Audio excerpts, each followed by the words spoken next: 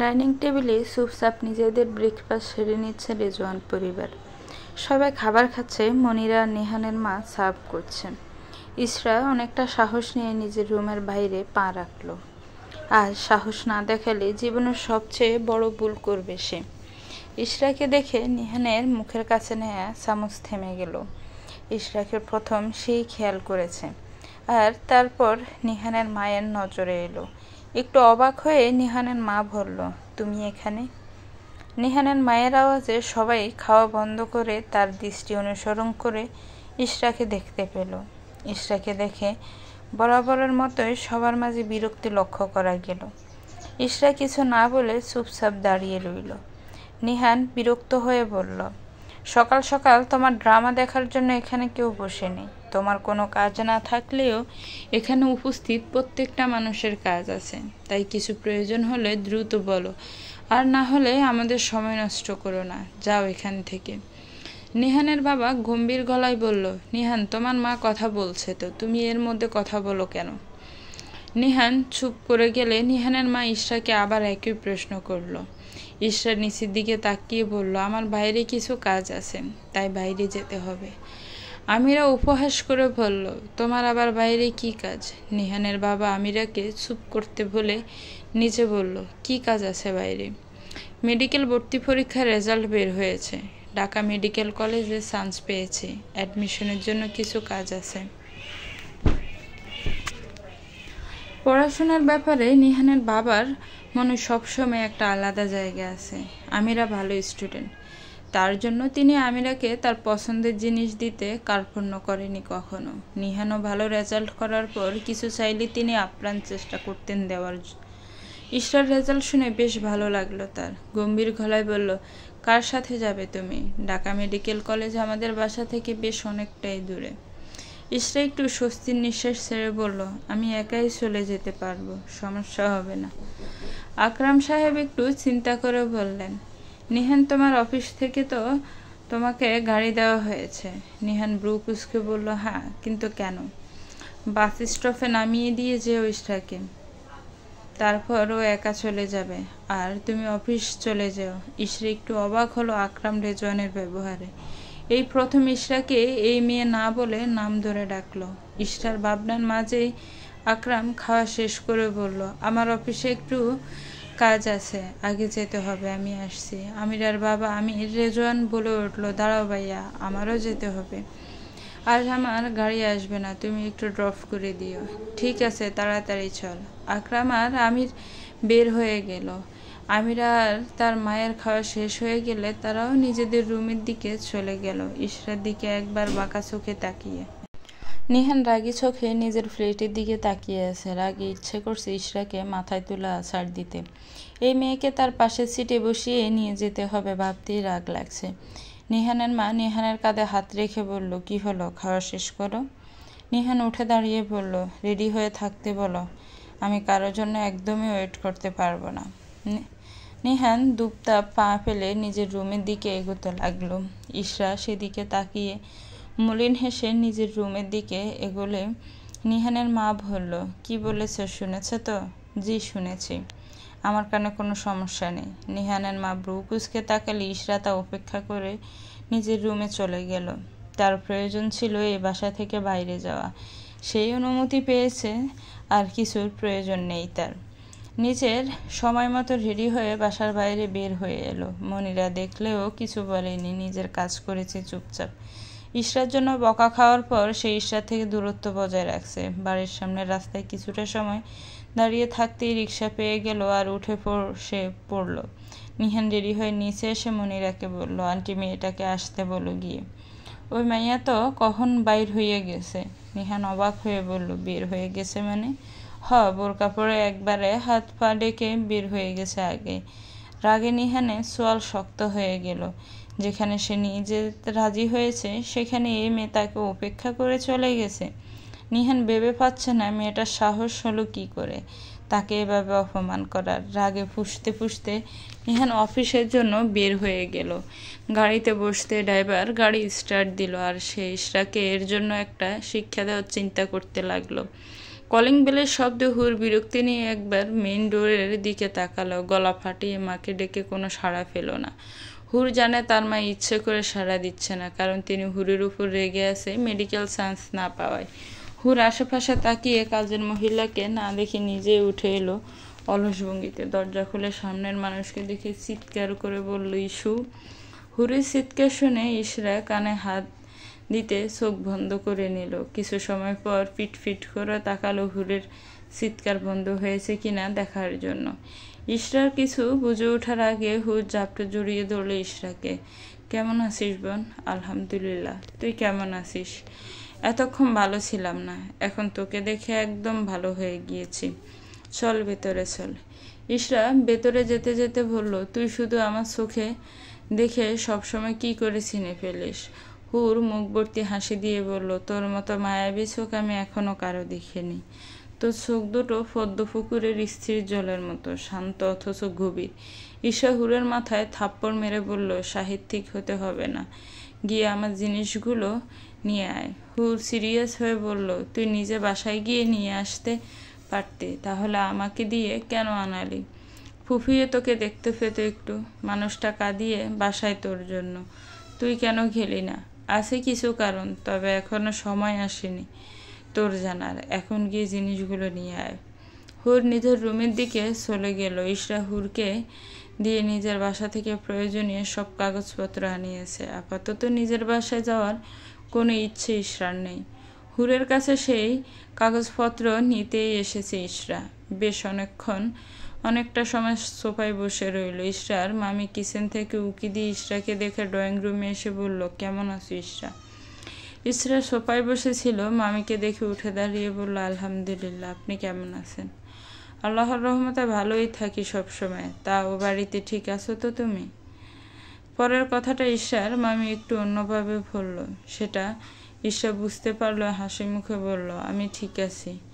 এত কাহিনীর পর কত ঠিক আছো বুঝতেই পারছি। তা ব্রেকফাস্ট করে এসেছ? না হলে হুরের সাথেই করো। যদি ইশরা ব্রেকফাস্ট করেনি তবুও বলল, আমি ব্রেকফাস্ট করেই এসেছি, চলো, আমার হয়ে গেছে। হুরের কথায় দুজনেই হুরের দিকে তাকালো। হুর একদম রেডি হয়ে তবেই এসেছে। হুরের মা ব্রু কুচকে বলল, তুই কোথায় যাচ্ছিস? কোথায় আবার? ইস্যুর সাথে যাচ্ছি। ইশরার সাথে গিয়ে তুই কি করবি? তুই তো আর চান্স পাসনি। এতদিন পর ইস্যুর সাথে বাইরে যাওয়ার সুযোগ পেয়ে হাতছাড়া করবো ভেবেছ? ইশরা কিছু বলার আগে হুর ইশরার হাত ধরে টেনে বাইরে যেতে লাগলো। হুরের মা চেঁচিয়ে বলল, তোর জন্য যে নুডলস রান্না করতে বললি, এখন সেটা কে খাবে? তোর বাপ? ঠিক আছে, বক্স করে বাবার কাছে পাঠিয়ে দাও। আর কিছু শোনার আগে বের হয়ে এলো দুজনে। একটা রিক্সা ডেকে উঠে পড়ল। ইশরা এবার মুখ খুলল, তুই না আসলেও হতো। মামি রাগ করলো মনে হয়। দূর, তুই ছাড় তো মায়ের কথা, মা সবসময় এমন করে, সেটা তো তুই জানিসই। তো তুই কি করবি ঠিক করলি? ভাবছি ফ্যাশন ডিজাইনিং করব। তুই তো জানিস এটার প্রতি আমার আগে থেকে ইন্টারেস্ট একটু বেশি। বাবার সাথে কথা বলেছি, বাবাও রাজি হয়ে গেছে। মা সেটা নিয়ে আরও রেগে আছে। এখন চল আগে ব্রেকফাস্ট করে নেই। আমি জানি তুই কিছুই খাসনি, খেয়ে তারপর কাজ করা যাবে। ইশরা মাঝে মাঝে অবাক হয় হুরকে দেখে।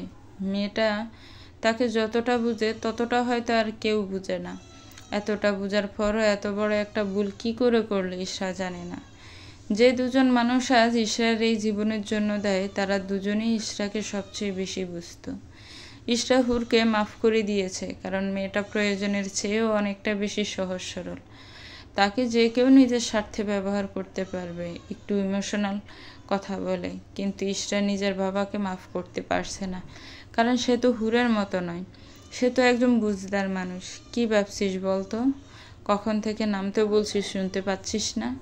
হুরের চিৎকার ইশরা কিছুটা হকচকিয়ে গেল। পরে ব্যাপারটা বুঝতে পেরে সরি বলে রিক্সা থেকে নেমে পড়ল।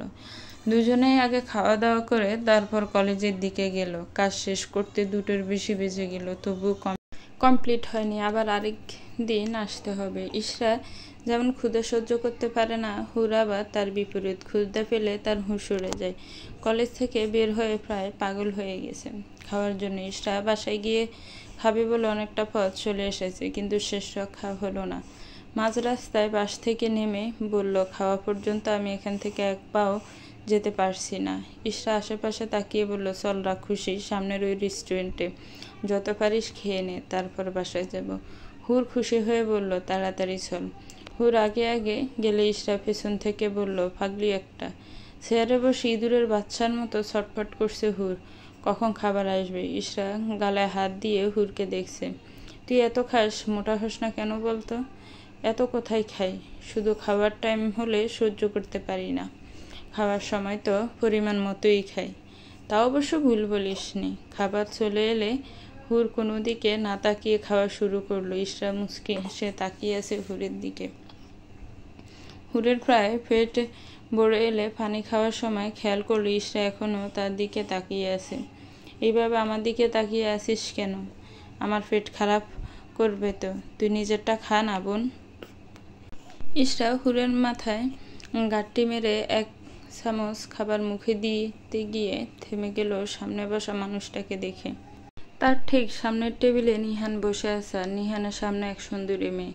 হুর ইশরার দৃষ্টি অনুসরণ করে নিহানকে দেখে কিছু বলবে, তার আগে ইশরা ওকে চুপ করিয়ে দিল। মেয়েটা টেবিলের উপর নিহানের হাত আঁকড়ে ধরে বলল, দেখো নিহান, আমি তোমাকে সেই কলেজ লাইফ থেকে ভালোবাসি, কিন্তু কখনো বলার সুযোগটাও হয়ে ওঠেনি। হঠাৎ তোমার বিয়ে ঠিক হয়ে যাওয়ায় আমি স্তব্ধ হয়ে গিয়েছিলাম। বিয়ের পর যখন তোমার সাথে হওয়া প্রতারণার কথা আর তোমার ডিভোর্সের কথা জানতে পারলাম, তখন মনে হয়েছে এটা হয়তো আমার জন্য একটা সুযোগ। এখনও না বলতে পারলে হয়তো সারা জীবন আফসোস করতে হবে। হুরার ইশরা স্তব্ধ হয়ে বসে আছে মেয়েটার কথা শুনে। নিহানের আশেপাশে খেয়াল নেই, তাই ওদের খেয়াল করেনি এখনো। ইশরার হাতের ফোনটা কেঁপে উঠলে ইশরার হুঁশ ফিরে স্ক্রিনে তাকিয়ে দেখে মায়ের নাম্বার। ফোনটা নিয়ে উঠে একটু দূরে গিয়ে রিসিভ করতে মায়ের আওয়াজ শুনতে পেল। ইস্যু, তোর বাবা হার্ট অ্যাটাক করেছে, অফিস থেকে সিটি হসপিটালে নিয়েছে। আমি সেখানেই যাচ্ছি, তুই পারলে এখনই আয় মা। ইশরা পাথর হয়ে গেছে মায়ের কান্না জড়িত গলায় বলা কথাগুলো শুনে। নিহানের টেবিলের দিকে তাকিয়ে নিহানের হাতে রাখা মেয়েটার হাত আরেকবার দেখে নিল। হাতের উল্টো পিঠে চোখ মুছে দ্রুত বের হয়ে গেল রেস্টুরেন্ট থেকে। ইশরাকে বের হতে দেখে হুর দ্রুত বিল মিটিয়ে ইশরার পেছনে ছুটল। নিহান মাইশার ধরা হাতের দিকে তাকিয়ে মুচকি হেসে হাতটা সরিয়ে নিল। হাসিটা বজায় রেখে বলল, তুমি সরাসরি আমাকে কোনো দিন বলনি, তবে নিজের ব্যবহারে বুঝাতে চেয়েছ অনেকবার। আর আমি কোনো বাচ্চা ছেলে নই যে বুঝতে পারবো না। কিন্তু কখনোই কিছু বলিনি, কারণ তুমি আমাকে স্পষ্ট করে কিছু বলনি। তাই তুমি যেমন বুঝাতে চেয়েছো তুমি আমাকে ভালোবাসো, আমিও তেমন তোমাকে বুঝাতে চেয়েছি আমার কোনো ইন্টারেস্ট নেই তোমার প্রতি। তুমিও কোনো বাচ্চা মেয়ে নও যে বুঝতে পারবে না। মাইশা হতাশ গলায় বলল, কিন্তু কেন নিহান? সব কেনর উত্তর হয় না। আজ তুমি আমাকে দেখা করার জন্য এতবার রিকোয়েস্ট করার সময় বুঝেছিলাম তুমি এসব বলার জন্যই দেখা করতে চাইছো। আমিও চাইছিলাম বিষয়টা শেষ করতে, তাই আসলাম। আশা করি তুমি তোমার উত্তর পেয়ে গেছো, আর কখনো এটা নিয়ে আমার সাথে যোগাযোগের করার চেষ্টা করবে না। নিহান উঠে চলে গেল, আর মাইশা টলমলো চোখে তাকিয়ে দেখতে লাগলো নিহানকে। কাউকে ভালোবাসলে তাকে ছাওয়াটা কি অপরাধ? উত্তরটা নিহানের কাছে জানতে চাইলে হয়তো ভালো হতো। নিহান চোখের আড়াল হতে মাইশার চোখ থেকে এক বিন্দু পানি গড়িয়ে গেল। হসপিটালের করিডোরে মায়ের পাশে বসে আছি ইশরা। চোখ দুটোই আজ শ্রাবণের ভারী বর্ষণ শুরু হয়েছে, থামার নাম দিচ্ছে না। পারভিন বেগম থেকে থেকে ফুফিয়ে কেঁদে উঠছে। ইমন এসবের কিছু জানে না এখনো। হুরকে পাঠিয়েছে ইমনকে স্কুল থেকে আনতে। প্রতিদিন পারভিন বেগমই যায়, আজ হুর গেছে। ইখতিয়ার আহমেদের অবস্থা খুব একটা ভালো নয়। ইশরার মামা ঢাকার বাইরে আছে, তাই আসতে পারিনি। আর বড় চাচার পরিবার গ্রামে। একটা কথা সত্যি, বিপদে খুব কম মানুষই পাশে পাওয়া যায়।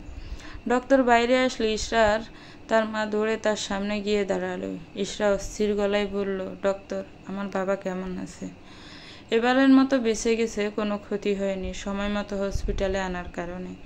তবে ওনার দিকে খেয়াল রাখবেন যাতে কোনো বিষয় টেনশন না করে আর উত্তেজিত না হয়। ইশরা চোখ মুছে বলল, খেয়াল রাখবে ডক্টর। এখন আমরা দেখা করতে পারি? এখন তো ঘুমের ইঞ্জেকশন দিয়ে রাখা হয়েছে। ঘুম ভাঙলে আপনারা দেখা করতে পারবেন, তবে আজ বাসায় নিতে পারবেন না। 2 দিন হসপিটালে থাকতে হবে। ঠিক আছে ডক্টর, ধন্যবাদ।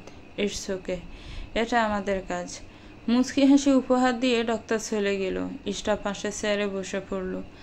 মায়ের দিকে তাকিয়ে বলল, বাবা এখন ভালো আছে। তুমি বাসায় গিয়ে ফ্রেশ হয়ে খেয়ে দিয়ে প্রয়োজনীয় জিনিস নিয়ে এসো। রাতে এখানে থাকতে হবে তো। তুমি যাও, আমি এখানেই আছি।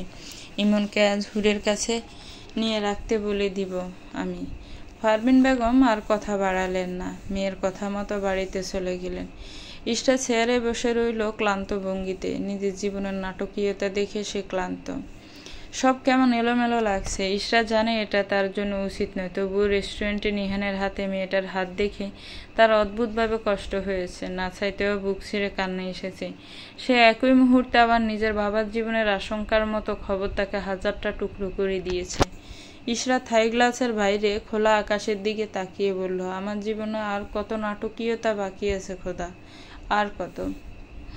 সন্ধ্যার কিছু সময় আগে ইখতিয়ার আহমেদের ঘুম ভেঙে গেল। নার্স গিয়ে ইশরাকে খবরটা দিতে ইশরা উঠে দাঁড়ালো। নিজের মনকে শান্ত করে কেবিনে ঢুকে গেল। দরজা ঠেলে ভেতরে গিয়ে সাদা বেডটায় নিস্তেজ হয়ে শুয়ে থাকতে দেখল নিজের বাবা নামক মানুষটাকে। বুক ছিঁড়ে দীর্ঘশ্বাস বেরিয়ে এলো। একটা চেয়ার টেনে বাবার কাছে বসে আলতো করে মাথায় হাত রাখলো। আলতো স্পর্শ। চোখ মেলে তাকিয়ে মেয়েকে দেখে ডুকরে কেঁদে উঠল ইখতিয়ার আহমেদ। বাবার চোখের পানি ইশরার বুকে তীরের মতো বিঁধছে। ইখতিয়ার আহমেদ মেয়ের হাতটা বুকে জড়িয়ে ভাঙ্গা গলায় বলল, আমাকে মাফ করে দে মা। আমি নিজের হাতে তোর জীবনটা শেষ করে দিয়েছি, মাফ করে দে আমাকে। এই অপরাধবোধ আমাকে কুড়ে কুড়ে খাচ্ছে বাবা। দীর্ঘ 1 মাস পর মেয়ের মুখে বাবা ডাক শুনে মরুভূমির মাঝে এক পশলা বৃষ্টির মতো কাজ করল ইখতিয়ার আহমেদের মনে। বাবা বাবা বলে অস্থির করে তোলা মেয়েটা আজ 1 মাস তাকে বাবা বলে ডাকে না। একজন বাবার জন্য এর থেকে কষ্টের আর কি হতে পারে? তুমি উত্তেজিত হইও না, তুমি অসুস্থ, শান্ত হয়ে থাকো। আমাকে মাফ না করলে আমি শান্তি পাচ্ছি না রে মা। এবার বুঝতে পেরেছ তো, কেউ কাউকে ঠকিয়ে ভালো থাকতে পারে না। খুব ভালো করে বুঝতে পেরেছি রে মা। নিহানকে ফেলে তার কাছেও ক্ষমা চেয়ে নিব। ইশরা আর কিছু না বলে বাবার মাথায় হাত বুলিয়ে দিতে লাগলো। একটু পরে পারভিন বেগম প্রয়োজনীয় জিনিস নিয়ে উপস্থিত হলেন। সব গুছিয়ে আসতে এত লেট হয়ে গেছে। ইশরার জন্য খাবার নিয়ে এসেছে। ইশরা সেগুলো খেয়ে নিল। পারভিন বেগম আমতা আমতা করে বলল, তুই ছেলে গেলেই ভালো হতো ইশরা। ও বাড়িতে কাউকে জানাসনি। ও বাড়িতে আমার জন্য কেউ অপেক্ষা করে বসে নেই, কিংবা ও বাড়ির কারো মন রক্ষা করে চলারও আমার কোনো দায় নেই। নিজের অসুস্থ বাবাকে রেখে আমি কোথাও যাচ্ছি না। তবু একবার জানিয়ে দিলে হতো না? আমার ফোনে চার্জ শেষ হয়ে গেছে, আর এতটাও প্রয়োজন নেই। কেউ খুঁজবে না আমাকে। পারভিন বেগম আর কথা বাড়ালেন না। ইশরা বাবার পাশে বসে মাথায় হাত বুলিয়ে দিচ্ছে। ড্রয়িং রুমে চিন্তিত মুখে বসে আছে আকরাম রেজওয়ান সহ তার পুরো পরিবার। নিহানও বসে আছে সোফার এক কোণে।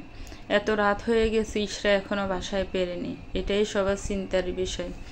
ইশরার কিছু হয়ে গেলে তার বাবা মায়ের কাছে কি উত্তর দিবে সেটা ভেবে সবার মাথা নষ্ট হয়ে যাচ্ছে। এদিকে ইশরার ফোনও সুইচ অফ।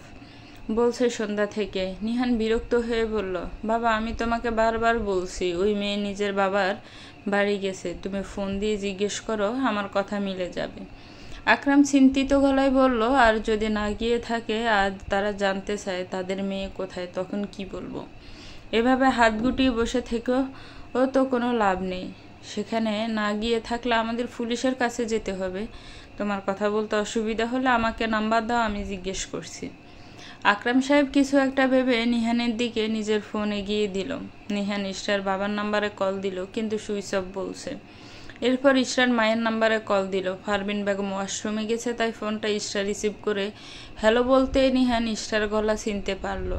কোনো কথা না বলে কল কেটে দিল। আকরাম সাহেব প্রশ্নবোধক দৃষ্টিতে তাকিয়ে বলল, কি হলো? কথা না বলে কেটে দিলি কেন? নিহান চোখ মুখ শক্ত করে বলল, কারণ আমার কথাই সত্যি। ফোনটা ইশরার মা নয়, বরং ইশরা রিসিভ করেছিল, তাই এখানে বসে নিজেদের টাইম নষ্ট না করাই ভালো। আমিরা হাই তুলে বিরক্ত হয়ে বলল, যেদিন থেকে এই বাড়িতে এসেছে এরপর একটা নতুন ড্রামা দেখিয়ে যাচ্ছে। বলে গেলে কি হতো, শুধু শুধু এই ফালতু মেয়ের জন্য আমার ঘুম নষ্ট হলো। নিহান আর আকরাম বাদে সবাই নিজেদের রুমে চলে গেছে। আকরাম গম্ভীর গলায় বলল, আমাদের বলে গেলেই পারতো, এভাবে না বলে টেনশনে ফেলার মানে কি? নিহান উঠে দাঁড়িয়ে বলল, ড্রামা বাস্ত, তাই ড্রামা না করলে তার ভালো লাগে না, যত সব। নিহান নিজের রুমে চলে গেলে আকরামও উঠে দাঁড়ালেন। সে আজ প্রচণ্ড বিরক্ত ইশরার উপর। ইশরা সকালে তার মনে যেটুকু ভালো জায়গা পেয়েছিল মুহূর্তে সেটুকু হারিয়ে গেল। সকালবেলা ইশরা কলিং বেল বাজালে মুনিরা দরজা খুলে দিল। সবাই তখন ব্রেকফাস্ট করছিল ডাইনিং টেবিলে। ইশরা ফাঁস কাটিয়ে চলে যেতে গেলে নিহান রাগী গলায় বলল, দাঁড়াও। ইশরা দাঁড়িয়ে পড়লে নিজের জায়গায়। নিহান খাওয়া রেখে উঠে ইশরার সামনে দাঁড়ালো। দাঁতে দাঁত চেপে বলল, বাড়ির বাইরে কি লেখা আছে, এটা আবাসিক হোটেল? ইশরা উত্তরে কিছু না বললে নিহান আবার বললে, এটা কোনো হোটেল নয়, তোমার যখন ইচ্ছা বাইরে যাবে, যখন ইচ্ছা আসবে, কাউকে কিছু না বলে যেখানে ইচ্ছে থেকে যাবে। এটা বাড়ি, আর এখানে একটা ভদ্র ফ্যামিলি বসবাস করে। কিছু নিয়মকানুন আছে এই বাড়ির। তোমার কি এই বাড়ির কাউকে মানুষ মনে হয় না? কাউকে না জানিয়ে নিজের বাবার বাসায় গিয়ে বসে আছো, আর এদিকে সবাই সারাদিন অফিস করে ক্লান্ত শরীর নিয়ে বসে তোমার জন্য দুশ্চিন্তা করছে। সামান্যতম কমন সেন্স নেই তোমার মধ্যে। বাবা মা কি এটুকু শিক্ষা দেয়নি? আমি বাবার বাসায় নয়, হসপিটালে ছিলাম। নিহান অবাক হয়ে বলল, মানে? গতকাল দুপুরে বাড়ি ফেরার পথে মা ফোন করে জানায় বাবা হার্ট অ্যাটাক করেছে, তাই হসপিটালে গিয়েছিলাম ছুটে, আর সারা রাত সেখানেই ছিলাম। নিহান চুপ করে গেলে আমিরা হঠাৎ বলে ওঠে, তোমার ওই দোকাবাজ বাবা মরুক বাঁচুক, আমাদের কি? তুমি আমাদের কেন হয়রানি? আমিরার দিকে অদ্ভুত দৃষ্টিতে তাকালো ইশরা। আমিরা কথা শেষ করার আগে আমির রেজন উচ্চস্বরে ধমক দিয়ে চুপ করিয়ে দিয়ে রেগে বললেন, আর একদিন যদি আমি তোমাকে দেখেছি বড়দের মাঝে কথা বলতে, তাহলে তোমাকেও তোমার ভাইয়ের মতো বাড়ির বাইরে পাঠাবো। কথাটা মাথায় ঢুকিয়ে নাও ভালো করে। বেশ কিছু সময় নীরবতা বিরাজ করলো। তারপর আকরাম রেজন গম্ভীর গলায় বলল, একবার জানিয়ে দিলেই তো এতগুলো মানুষ টেনশনে থাকতো না।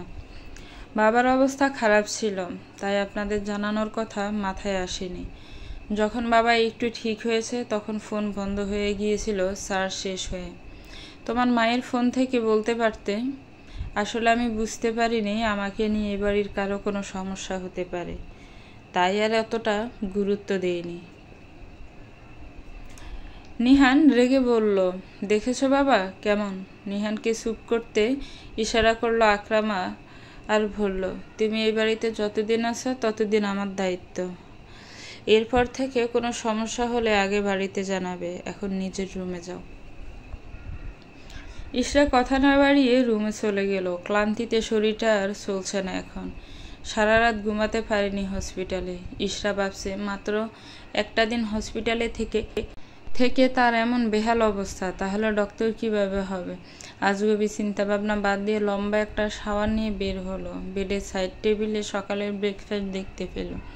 সে ওয়াশরুমে থাকাকালীন হয়তো দিয়ে যাওয়া হয়েছে। ইশরা কোনো রকমে খেয়ে দপ করে বেডে শুয়ে পড়ল। নিহান অফিসে বসে ভাবছে, না জেনে ইশরাকে এতগুলো কথা বলা একদমই ঠিক হয়নি, কিন্তু সরিও বলতে পারেনি ইগোর জন্য। আজ আবার উদাস কেন নিহান? রূপমের কথা শুনে কাজে মনোযোগ দেওয়ার চেষ্টা করে বলল, কই কিছু হয়নি, তুই নিজেকে খুব সুন্দর মনে করিস তাই না? আর তোর নিজের সৌন্দর্যের উপর খুব বেশি অহংকার। নিহান ব্রু কুচকে তাকিয়ে বলল, কি আবল তাবল বকছিস? ইশরা তোর আশেপাশে আছে, তুই এটা সহ্য করতে পারছিস না, তাই এমন বিরক্ত মুডে থাকিস সবসময়। নিজের কাজ কর, বক বক বন্ধ করে। সময় থাকতে নিজেকে শুধরে নে, না হলে জীবনে অনেক আফসোস করতে হবে তোকে। কালো মানুষের মন কালো হয় না নিহান, আর করিম চাচাও খারাপ মানুষ ছিলেন না। নিহান বিরক্ত হয়ে কাজে মন দেওয়ার চেষ্টা করলো, কিন্তু মন বসাতে পারল না কাজে। নিহান ফিরে গেল আরও কয়েকগুলো বছর পেছনে। নিহানের বয়স তখন কেবল 5 কিংবা 6। নিহানদের বাড়ির দারোয়ান করিম চাচা ছিলেন কুচকুচে কালো আর সুঠাম দেহের মানুষ। নিহান খুব ভয় পেত তাকে ভূত ভেবে। সেটা করিমের কাছে খুব ভালো লাগতো। সে বোকা টাইপের হওয়ায় সবাই তাকে নিয়ে মজাই করত। কেউ ভয় পেত না। নিহান তাকে ভয় পায়, এটা তাকে বেশ মজা দিল। তাই মাঝে মাঝে সবার আড়ালে সে নিহানের ভয় দেখাতো। নিহান তাকে মনে করত ভূত, কিন্তু সেই মজাই একদিন তার কাল হয়ে দাঁড়ালো। নিহান জোফের আড়ালে ক্রিকেট বল খুঁজতে গিয়েছিল, আর এদিকে প্রায় সন্ধ্যা হয়ে এসেছে। আবছা আলোয় জোফের আড়াল আরো অন্ধকার লাগছে। নিহান বল হাতে উঠে দাঁড়িয়ে আবছা আলোয় করিমকে দেখে ভূত বলে চিৎকার দিয়ে ভয়ে অজ্ঞান হয়ে যায়। টানা 7 দিন জ্বর থাকার পর নিহান সুস্থ হয়। সবাই সব জানার পর করিমকে কাজ থেকে বের করে দেওয়া হয়। এদিকে নিহান বড় হয়ে ভয়টা কাটলেও কালো মানুষের প্রতি বিরূপ ধারণা পোষণ করতে থাকে। তাকে কেউ বুঝাতে গেলে বলে, কালো মানুষের মন যদি কালো না হয় তাহলে করিম চাচা কিভাবে পারল ইচ্ছে করে একটা বাচ্চাকে ভয় দেখাতে? সে একজন কুৎসিত চেহারার সাথে কুৎসিত মনেরও অধিকারী, আর সব কালো মানুষই করিমের মতো। এত বছরে নিহানের এই ধারণা কেউ পাল্টাতে পারেনি। যে পাল্টাতে এসেছিল সে এখন বাড়ি ছাড়া। এখন আবার ইশরার ভাবার আর ইশরার ধোঁকা দেখে তার ধারণা আরো পাকাপোক্ত হয়েছে। কালো মানুষের মনও কালো। আর নিহান ভেবেছিল ইশরাকে সরি বলল, কিন্তু পুরো কথা ভেবে আবার মন চেঞ্জ হয়ে গেল। নিহান উল্টো ভাবতে লাগলো, গতকাল সকালে ইশরার তাকে করা অপমানের প্রতিশোধ কিভাবে নেওয়া যায়। এদিকে ইশরা দুপুরের দিকে খেয়ে দিয়ে আবার হসপিটালে চলে গেল। আগামীকাল সকালে ইখতিয়ার আহমেদকে রিলিজ দেওয়া হবে। সেসব নিয়ে ব্যস্ত ইশরা। ভাবতেও পারছে না নিহান তার থেকে সামান্য বিষয়ের প্রতিশোধ নেওয়ার ফন্দি আসছে। পরদিন সকালে ইশরা বাবা মাকে বাসায় পৌঁছে দিয়ে তারপর রেজওয়ান বাড়িতে আসে। সকাল প্রায় 11টা বাজে। ইশরা বাসায় পৌঁছায়, শাওয়ার নিয়ে বাইরে আসে, কারণ তার প্রচণ্ড ক্ষুধা পেয়েছে। কিচেনে মনিরা দুপুরের রান্নার ব্যবস্থা করছিল। তার কাছে গিয়ে বলে, মনি খালা, আমার খুব ক্ষুধা পেয়েছে, কিছু আছে খাওয়ার মতো? মনিরা কিছু না বলে ফ্রিজে রাখা সকালের খাবার ওভেনে গরম করে ইশরার সামনে দৌড়ল। ইশরা খাবারের প্লেট নিয়ে বের হতে যাবে, তার আগেই নিহানের মা কিচেনে প্রবেশ করলো। ইশরাকে দেখে বলল, তোমার বাবা এখন কেমন আছে? ইশরা নিচু স্বরে বলল, আলহামদুলিল্লাহ, এখন ভালো আছে। ঠিক আছে, নিজের রুমে যাও। ইশরা নিজের রুমে গিয়ে খাবার খেয়ে ঘুমিয়ে গেল। ক্লান্তিতে শরীরটা অসাড় হয়ে আসছিল। ক্লান্ত থাকায় বেশ অনেকটা সময় ঘুমালো ইশরা। আগামীকাল আবার কলেজ যাবে ভর্তির বাকি কাজ শেষ করতে। সকালে ইশরা বের হওয়ার সময় নিহানের সামনে পড়ে গেল। নিহান ইশরার দিকে ব্রু কুচকে তাকিয়ে বলল, তুমি কোথায় যাচ্ছ? তোমার বাবা তো এখন সুস্থ। ইশরা নিজের কাগজপত্র আর একবার চেক করতে করতে বলল, কলেজে যাচ্ছি, কিছু কাজ বাকি আছে। নিহান কিছু একটা ভেবে বলল, চলো আমি তোমাকে ড্রপ করে দিচ্ছি। ইশরা ব্রু কুচকে তাকিয়ে বলল, প্রয়োজন নেই, আমি রিক্সা নিয়ে চলে যাব। বাস স্টপ পর্যন্ত চলো, বাকিটা বাসে চলে যেও। এখন অফিস টাইম, রিক্সা পাওয়া কষ্টকর হবে। নিহানের অতিরিক্ত ভালো মানুষই ইশরার কাছে সন্দেহজনক মনে হলো, তবুও একটু চিন্তা করে রাজি হয়ে গেল। ড্রাইভার ড্রাইভ করছে, নিহান আর ইশরা পিছনের সিটে বসে আছে। ইশরা বাইরে তাকিয়ে আছে, আর নিহান ইশরার দিকে মনে মনে বলল, যে না কুৎসিত চেহারা, তার জন্য আবার বোরখা পরা হাত পা ডেকে এসেছি। কুৎসিত চেহারা মানুষের থেকে আড়াল করার ভালো বুদ্ধি বের করেছে। এই মেয়ের আবার কেমন সাহস, আমাকে উপেক্ষা করে নিজেই চলে গিয়েছিল সেদিন। আজ তার শোধ তুলব, অপমানের বদলে অপমান। নিহান হঠাৎ বলে উঠল, ড্রাইভার গাড়ি থামাও। ড্রাইভার গাড়ি থামিয়ে দিলে ইশরা নিহানের দিকে তাকিয়ে জিজ্ঞেস করবে কেন থামাতে বলল। তার আগেই দেখলো নিহান নিজের সাইটের জানালার কাছ নামিয়ে রাস্তায় দাঁড়িয়ে থাকা একটা মেয়ের সাথে কথা বলছে। তন্নি, অফিস টাইম হয়ে গেছে, তুমি এখনো এখানে দাঁড়িয়ে আছে কেন? তন্নি এদিক ওদিক তাকিয়ে বলল, দেখুন না স্যার, সেই কখন থেকে দাঁড়িয়ে আছি, একটা রিক্সাও পাচ্ছি না। সমস্যা নেই, তুমি আমার সাথে চলে এসো, এক অফিসেই তো যাব। তন্নি ভিতরে তাকিয়ে বলল, কিন্তু স্যার, আপনার সাথে তো কেউ আছে মনে হচ্ছে। নিহান ইশরার দিকে তাকিয়ে বলল, তুমি বরং এখান থেকেই রিক্সা করে চলে যাও। তন্নি, লেট হচ্ছে, তোমার তো টাইম ফিক্সড করা নেই, লেট হলেও সমস্যা হবে না। নিহানের কথা ইশরা হতভম্ব হয়ে গেল। নিজেই ডেকে এনে এখন মাঝ রাস্তায় নেমে যেতে বলছে। যেখানে এই মেয়ে রিক্সা পাচ্ছে না, তাহলে সে কি করে পাবে? ইশরা থেমে থেমে বলল, উনি না হয় সামনে। তোমার মাথা খারাপ হয়ে গেছে? ও একটা মেয়ে মানুষ ড্রাইভারের সাথে কিভাবে বসবে? তাহলে আপনি? ইশরা কথা শেষ করার আগে নিহান বলল, তুমি কিন্তু আমাদের লেট করাচ্ছ। ইশরা নিহানের দিকে একবার শান্ত দৃষ্টিতে তাকিয়ে নিজের ব্যাগ নিয়ে নেমে গেল। নিহান তা দেখে পৈশাচিক আনন্দ পেল। মনে মনে বলল, নিহান রেজওয়ানকে উপেক্ষা করে আর অপমান করার পরিণাম ভোগ করো এবার মিস আঞ্জুমান ইশরা। উফ সরি, মিসেস আঞ্জুমান ইশরা। ইশরা নেমে যেতে তন্নি খুশিতে গদগদ হয়ে গাড়িতে উঠে বসলো। ইশরা নিহানের দিকে একবার তাকাতে নিহান ভিতর থেকে জানলার কাজ উঠিয়ে দিল। গাড়িতে চলতে শুরু করলে তন্নি বলল, অসংখ্য ধন্যবাদ স্যার। নিহান গম্ভীর মুখে বলল, লিফট দিয়েছি বলে খুশিতে গায়ে ডলে পড়ার প্রয়োজন নেই। অফিসের গাড়ি অফিসের স্বার্থে ব্যবহার করেছি। মনে মনে বলল, আর কিছুটা নিজের স্বার্থে। তন্নি বেশ অবাক হলো নিহানের ব্যবহার। এই তো বেশ হেসে কথা বলছিল, এখনই আবার কি হয়ে গেল?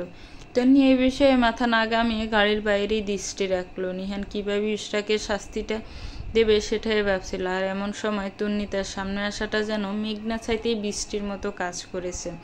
এদিকে ইশরা বেশ অনেকটা সময় দাঁড়িয়ে থাকার পর একটা রিক্সা পেল। ইশরা যথেষ্ট বুদ্ধিমতী মেয়ে।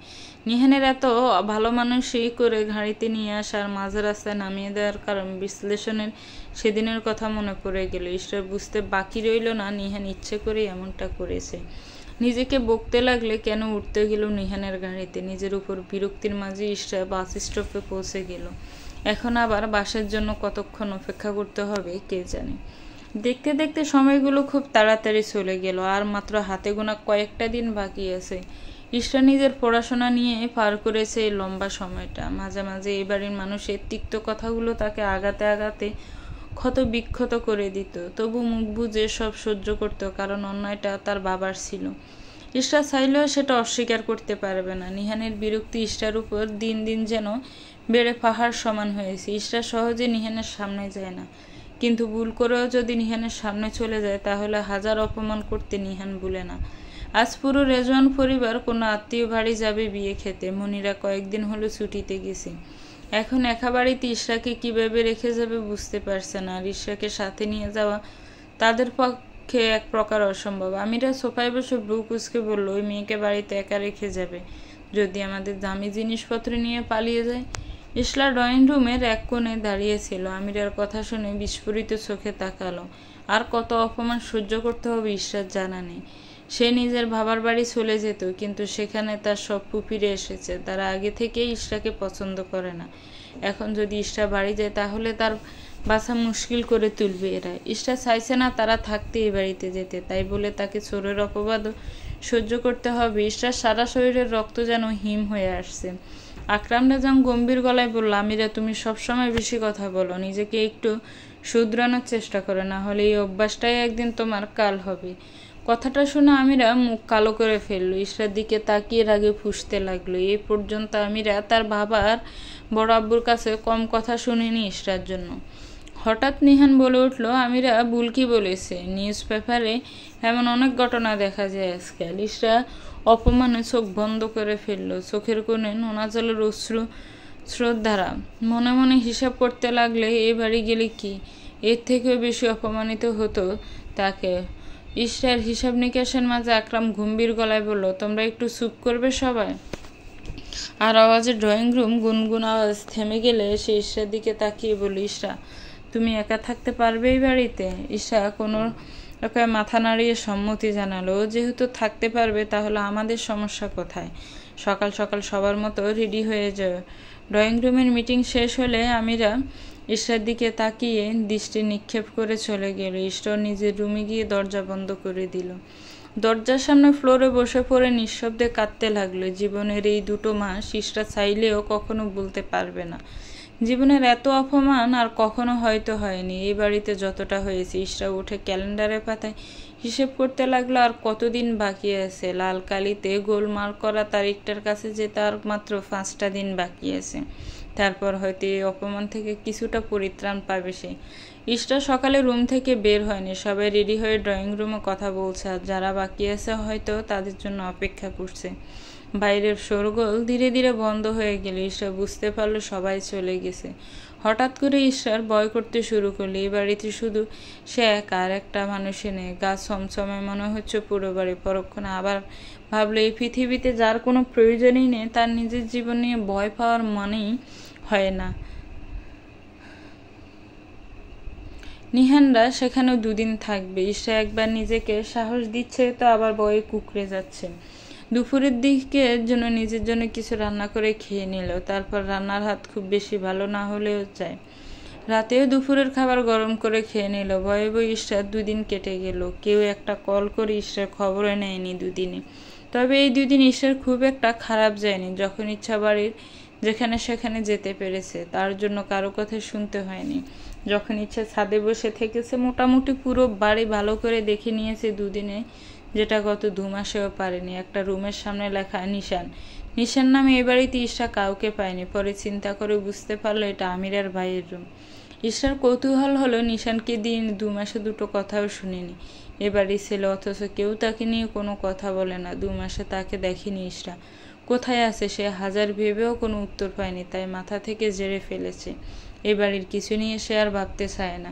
ফজরের নামাজ সেরে ব্যালকনিতে দাঁড়িয়ে দেখলো আকাশ আজ ঘন কালো মেঘে ডেকে গেছে, যেখানে কোনো বৃষ্টি নেমে যাবে।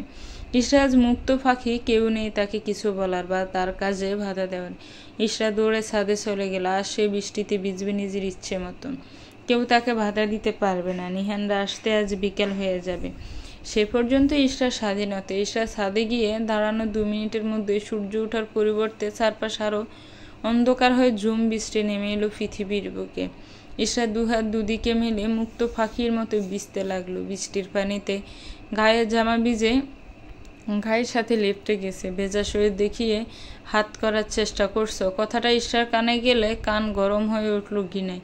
চোখ মেলে ছাদের একপাশে ছাউনির নিচে নিহানকে দেখে অবাক, রাগ আর ঘৃণা তিনোটাই হলো তার। ঈশা কিছু বলার আগে নিহান তার সামনে এসে ঈশার গালে থাপ্পড় বসিয়ে দিল। রাগে চিৎকার করে বলল, ভেজা শরীর দেখিয়ে সংসার বাঁচাতে চাইছ? ঈশা নিজের বিস্ময় কাটিয়ে নিহানের কথায় রাগে দাঁত কিটিমিটি করে বলল, নিহান মুখ সামলে কথা বলুন। সকালবেলা সাদা পোশাকে বৃষ্টিতে ভিজছ শরীর দেখানোর জন্য? যদি না হয় তাহলে কেন? তুমি জানো এখন আমি ছাদে থাকবো, আর তাই এটা করছো? লজ্জা করলো না এতটা নিচে নামতে? প্রস্টিটিউটদের মতো শরীর দেখাতে লজ্জা করলো না? লজ্জা কিনা রাগ আর অপমানের বৃষ্টি বরফ ঠান্ডা পানিগুলো ঈশার কাছে আগুনের ফুলকির মতো হচ্ছে। সারা শরীরে মনে হচ্ছে আগুন ধরে গেছে। চোখ দুটো ভয়ে উঠছে অপমানের কষ্টে। ঈশা হাতের মুঠো শক্ত করে দাঁতে দাঁত চেপে বলল, shut up mister Rihan Rezwan. অনেক বলে ফেলেছেন, আর একটা শব্দও বলবেন না। এতদিন বাবার অন্যায়ের জন্য মুখ বুজে সব সহ্য করেছি, কিন্তু আজ আপনি আমার সহ্যের সীমা ছাড়িয়ে গেছেন। আপনাকে শরীর দেখানোর জন্য বৃষ্টিতে ভিজছি? মিস্টার নিহান, আমার নিশ্চয় জানার কথা নয় আপনি পরিবার রেখে একদিন আগেই বাড়ি ফিরে আসবেন। আজকের সকালটা আপনি বিয়ে বাড়ি না থেকে এখানে থাকবেন, এসব নিশ্চয় আমার জানার কথা নয়। একটু দম নিয়ে আবার বলল, আজ আপনি যেটা করলেন এর জন্য আমি আপনাকে কোনো দিন মাফ করব না রিহান রেজওয়ান। ঈশা এক ছুটে ছাদের গেট দিয়ে নিচে চলে গেল। নিহান স্তব্ধ হয়ে দাঁড়িয়ে রইল। গতকাল বিকেলে অফিস থেকে ফোনে জানানো হয় খুব গুরুত্বপূর্ণ একটা মিটিং আছে আজ সকালে, তাই গত রাতে নিহান বাড়ি চলে আসে। নিজের কাছে থাকা চাবি দিয়ে বাসায় ঢুকে সোজা নিজের রুমে চলে যায়। ঈশার কোনোভাবে জানার কথা নয় নিহান বাসায় আছে।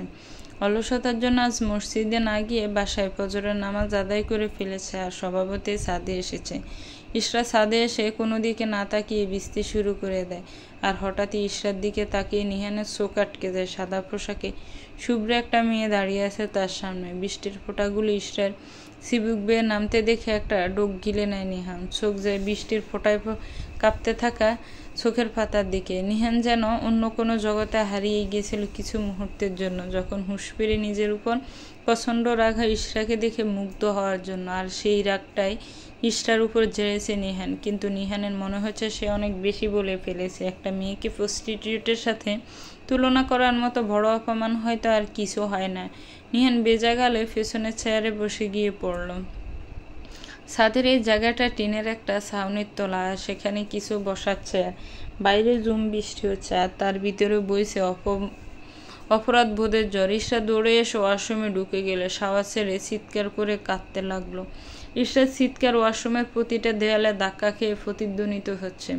চোখের পানিগুলো ঝর্ণার পানির সাথে মিশে যাচ্ছে। নিহানের কথাগুলো তাকে বিষের মতো যন্ত্রণা দিচ্ছে, কথাগুলো যেন বিষাক্ত তীরের মতো সারা শরীরে বিঁধেছে। ইশরা নিজের চুল আছড়ে ধরে পাগলের মতো কাঁদছে আর নিজের মাথার চুল টানছে। ইশরার জানা নেই সে কতটা সময় এভাবে বসেছিল। অনেকটা সময় পর উঠে বের হয়ে আসে ওয়াশরুম থেকে, কোনো রকমে চেঞ্জ করে বাবার নাম্বারে কল করে।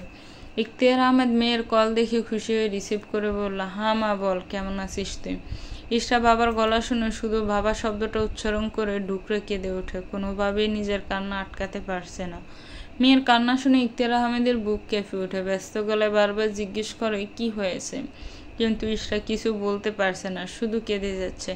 অনেকটা সময় পর ভেঙে ভেঙে বলল, বাবা আমি এখানে আর এক মুহূর্তে থাকতে পারছি না, দয়া করে তুমি এখনই আমাকে নিয়ে যাও এখান থেকে। তুমি এখনই আমাকে না নিয়ে গেলে চিরদিনের মতো হারিয়ে ফেলবে তোমার মেয়েকে। ইশরা আর কিছু না বলে কল কেটে দিল। ইখতিয়ার আহমেদ বারবার কল দিতে লাগলেন, কিন্তু ইশরা রিসিভ করছে না, তাই ব্যস্ত হয়ে রুম থেকে বের হলো। ডাইনিং টেবিলে কাজ করতে থাকা পারভিন বেগম বারবার জিজ্ঞেস করলেন কোথায় যাচ্ছেন, কিন্তু ইখতিয়ার আহমেদের কোনো হুঁশ নেই। সে এখন পারলে বিদ্যুৎ গতিতে মেয়ের কাছে পৌঁছে যেত, কিন্তু সেটা তো আর সম্ভব নয়। কিছু না বলে দ্রুত বের হয়ে গেল ইখতিয়ার আহমেদ। পারভিন বেগম চিন্তিত ভঙ্গিতে তাকিয়ে রইল তার যাওয়ার দিকে। আজ সকাল থেকে মনটা কেমন অস্থির অস্থির লাগছে, মনে হচ্ছে কিছু খারাপ হবে। মেয়ের জন্য চিন্তা হচ্ছিল, এখন সেই চিন্তা আরও কয়েক গুণ বেড়ে গেল। রুমে গিয়ে নিজের ফোন এনে মেয়েকে কল দিল, কিন্তু রিসিভ হচ্ছে না। নিহান অফিসে যাওয়ার জন্য রেডি হয়ে ডাইনিং টেবিলে বসে পানি পান করছে। ইশরা রুমের বন্ধ দরজার দিকে তাকিয়ে ভাবলো অফিস থেকে এসে সরি বলবে, এখন গেলে হয়তো আরও রেগে যাবে। নিহান দীর্ঘশ্বাস ছেড়ে উঠে দাঁড়িয়ে মেন ডোরের দিকে যাবে, তার আগে কলিং বেল বেজে উঠল। নিহান চিন্তা করতে লাগলো এখন কে এলো, সবাই আসতে তো বিকেল হবে। নিহান ভ্রু কুঁচকে গিয়ে দরজা খুলে ভূত দেখার মতো চমকে উঠল। ইশরার বাবা দাঁড়িয়ে আছে তার সামনে। এ বাড়িতে আসতে তার প্রায় 1 ঘন্টা লেগেছে, এতটা সময় শুধু ছটফট করে গেছে। নিহান হতভম্ব হয়ে দাঁড়িয়ে আছে আর ইশরার বাবা ব্যস্ত গলায় জানতে চাইল ইশরা কোথায়। 2-3 বার জিজ্ঞেস করার পর নিহান ইশরার রুমের দিকে ইশারা করলো। তিনি 1 সেকেন্ড দেরি না করে ছুটে চলে গেল সেদিকে। দরজায় ধাক্কা দিয়ে বলল, দরজা খোলো মা, দেখো আমি চলে এসেছি তোকে নিতে, আর এখানে থাকতে হবে না তোকে। নিহান রোবটের মতো দাঁড়িয়ে আছে। ইশরার বাবা অনেক সময় ইশরাকে ডাকার পর নিহানের হুঁশ ফিরল। ইশরা এখনও দরজা খোলেনি, আবার সেন্সলেস হয়ে গেছে ভেবে দৌড়ে মায়ের রুমে গিয়ে চাবি এনে দরজা খুলে দিল নিহান। ইশরার বাবা দ্রুত রুমে ইশরা বলে চিৎকার করে উঠল। নিহান তার পেছনে ভেতরে ঢুকে আটকে উঠল। সাদা ফ্লোর লাল রক্তে ভেসে যাচ্ছে আর ইশরা বেডের সামনে সেন্সলেস হয়ে পড়ে আছে, এক হাতে ছুরি আর অন্য হাতে এখনও রক্তের স্রোত বইছে। ইখতিয়ার আহমেদ আর নিহান দুজনেই হিতাহিত জ্ঞানশূন্য হয়ে গেছে, কি করবে বুঝে উঠতে পারছে না। গল্পটা কেমন লেগেছে একটি কমেন্টস করে জানাবেন। গল্পটাকে নিয়ে একটি গঠনমূলক কমেন্টস করলে খুবই খুশি হব। গল্পটা ভালো লাগলে একটি লাইক করবেন, গল্পটাকে শেয়ার করবেন, আর আমার চ্যানেলটাকে প্লিজ সাবস্ক্রাইব করবেন। যারা অলরেডি সাবস্ক্রাইব করে আছেন তাদেরকে অনেক অনেক ধন্যবাদ। ভালো থাকবেন, সুস্থ থাকবেন, আমার চ্যানেলের সাথেই থাকবেন। ধন্যবাদ। আসসালামু আলাইকুম। আল্লাহ হাফেজ।